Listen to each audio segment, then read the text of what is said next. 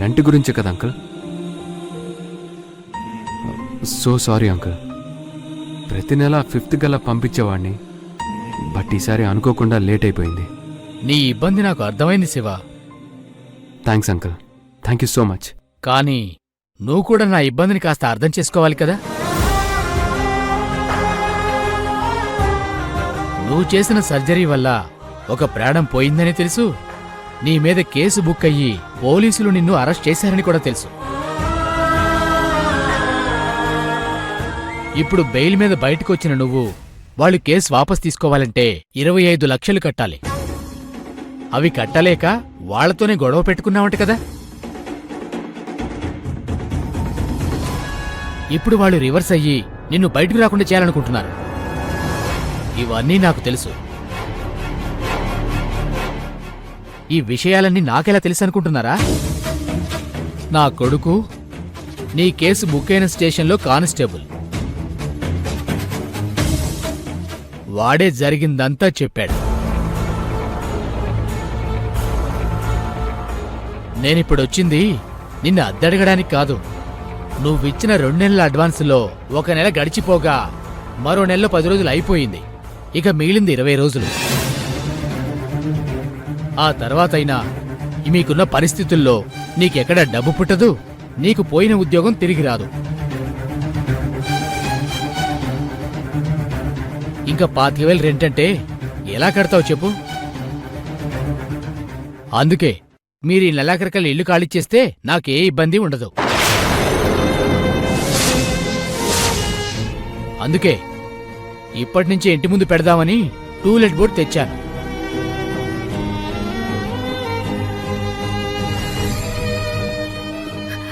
Uncle, కొద్దిగా మాకు time ఇయ్యిరి. మీ అద్దె మీకు ఎట్లన్నా ఇచ్చేస్తాం. ఇస్తావంటే కాదమ్మా, ఇవ్వాలనే కదా టూలెట్ బోర్డుతో వచ్చాను.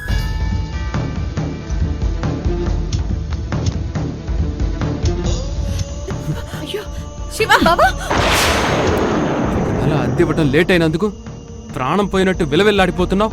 ఏ మేమెప్పటికీ ఇదే పరిస్థితుల్లో ఉంటావా? బాబా నువ్వా కావేరి,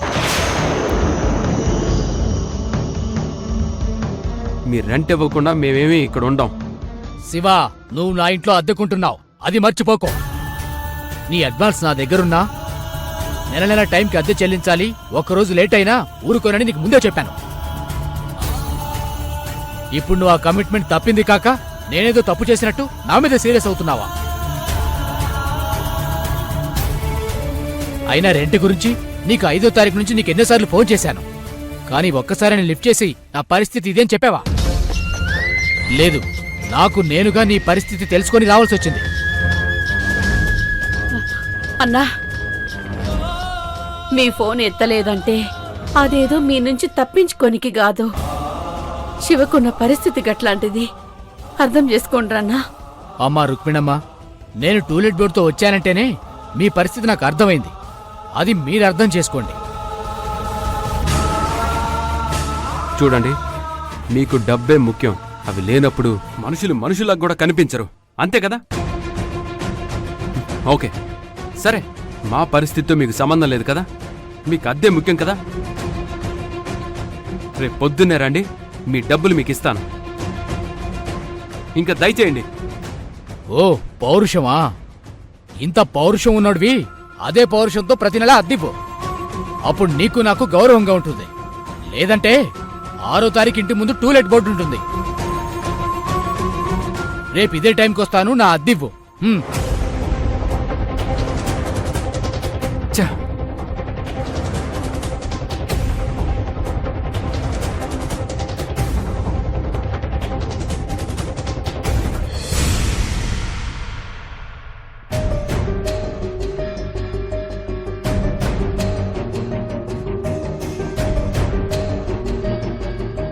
అంత సైకోప్రియ చెప్పిన పంతులు 30 రోజుల్లో ముహూర్తం పెట్టడానికి వచ్చినాడా? రండి పంతులు గారు. నమస్కారం అమ్మా. నమస్కారం. కూర్చోండి కూర్చోండి. అర్జున్ బాబు, ప్రియా, పంతులు గారు వందాచే. నమస్కారం. నమస్కారం బాబు. నమస్కారం పంతులు గారు. నమస్కారం. అమ్మమ్మ రండి కూర్చోండి. పర్వాలేదులేమ్మా, నువ్వు కూర్చో.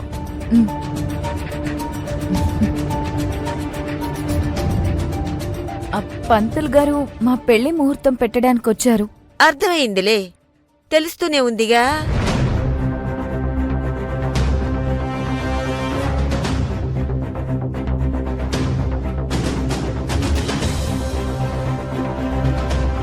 కాకి పిన్ని, పంతులు గారు వచ్చారని అత్తయ్య గారికి చెప్పు.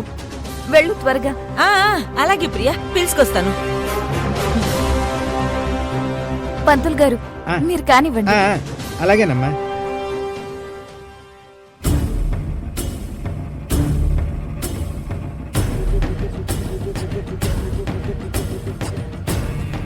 అన్నీ నీవింద మాదిరి బాధతో ఉంటే నాన్ చూడలేకపోతున్నా. అయినా తప్పక అంత ప్రియ పక్కన దాని మనిషిగా ఉంటున్నా. నన్ను క్షమించన్నీ. అన్నీ, పంతులు గారు వందదు, నిన్ను పిలుస్తున్నారు. నేను రాను, నువ్వు వెళ్ళు కాకి. ఆ పాపాన్ని నా కళ్ళతో చూసి తట్టుకునే శక్తి నాకు లేదు.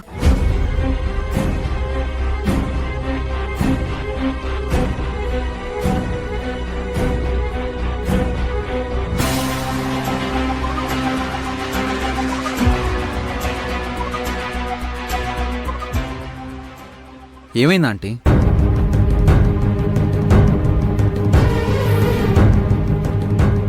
ఇంకాస్త ఎక్కువ నటించాలి. కాకి పిన్ని, అత్తయ్యని పిలిచావా? ప్రియా, అదే పంతులు గారు మీరు కానివ్వండి. అలాగే బాబు.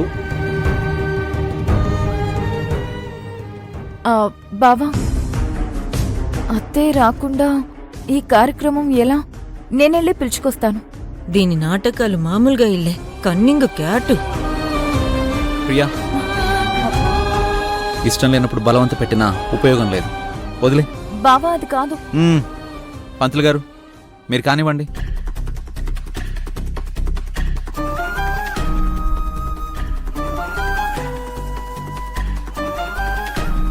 పాపిష్టిది, ఇంత వీటిలో అన్నికి విలువే లేకుండా చేసేసింది. ఈ పాపం ఊరికే పోదే.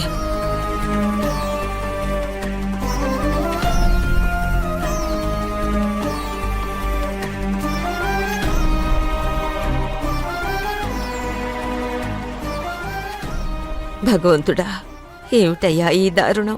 కడుపున పుట్టినవాడే కన్న తల్లి బాధను అర్థం చేసుకోలేకపోతే ఇంకెవరయ్యా ఆ తల్లి గుండె కోతను తీర్చాలి?